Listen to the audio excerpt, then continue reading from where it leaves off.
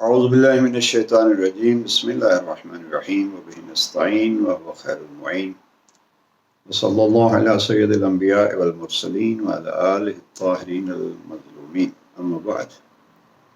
نہج البلاغہ اور کربلا کے عنوان سے ہمارا گفتگو کا یہ 7واں مرحلہ ہے، 7ویں ویڈیو ہے۔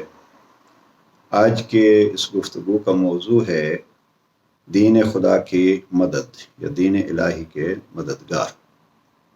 حقیقت میں اگر ہم کربلا کو دیکھتے ہیں تو سید الشہداء دین کے بڑے مددگار ہیں، اور بہت ساری زیارتوں میں امام کو سلام بھی اسی عنوان سے کیا گیا ہے، یا ناصر دین اللہ۔ لیکن یہ خود امام کے الفاظ ہیں اپنے۔ جب مکہ چھوڑ کے امام کوفہ کی طرف رخ کرتے ہیں اور راستے میں بڑے مشہور شاعر فرزدق سے امام کی ملاقات ہوتی ہے، تو فرزدق نے کوفہ کے حالات بتلائے تو امام نے وہاں کچھ جملات ارشاد فرمائے، اور امام فرماتے ہیں کہ اس قوم نے شیطان کی اطاعت قبول کر لی ہے اور رب کی اطاعت کو چھوڑ دیا ہے۔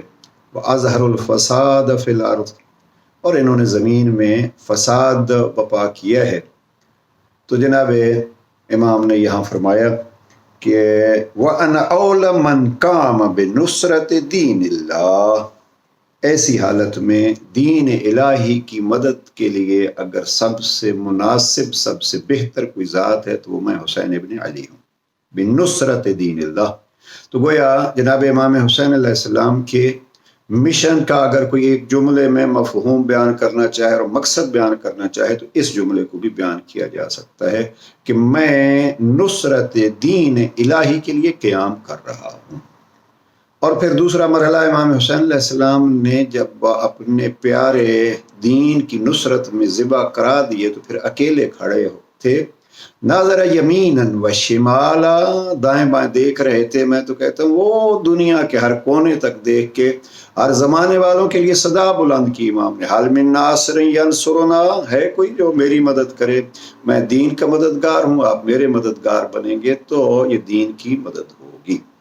اب یہ سید الشہداء جناب امیر المومنین علی علیہ السلام نے نہج البلاغہ میں متعدد مقامات پر اپنے چاہنے والوں سے مدد مانگی، تو علی کی مدد دین کی مدد ہے۔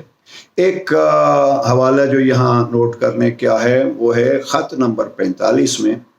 عثمان ابن حنیف جناب امام کے بصرہ کے گورنر ہیں، اور جناب امام نے ان کو ایک خط لکھا اور اس میں الفاظ ہیں عینونی بورع واجتہاد وعفت وسداد۔ خط نمبر 45، میری مدد کرو۔ کیسے مدد کریں؟ مدد کرو پرہیزگار بن کر، پاک دامن بن جاؤ، تاکہ آپ کو دیکھ کے لوگ پرہیزگاری کو سمجھیں، اسے اختیار کریں، اور ساتھ گویا یہ بھی مد نظر ہے کہ لوگ آپ کو دیکھ کے کہیں یہ ہیں علی والے، یہ ہیں شیعہ۔ تو یہ ایک حوالہ ہے، امام ہم سے مدد طلب کر رہے ہیں۔ اب ہم ساری زندگی علی سے تو مدد طلب کرتے ہیں، لیکن جب علی مدد طلب کرے ہیں تو علی کی مدد بھی ہمارا فریضہ بنتا ہے۔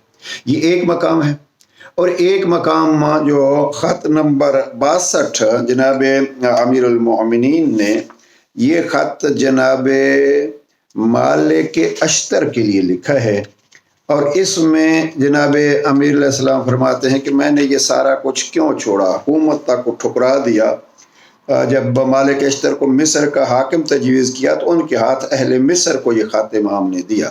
اب یہ حوالہ 2 کیا ہے؟ خط نمبر 62، وہاں تفصیلی خط ہے یہ بھی، اور امام نے اپنی شجاعت کا بڑے خوبصورت الفاظ میں تذکرہ کیا ہے۔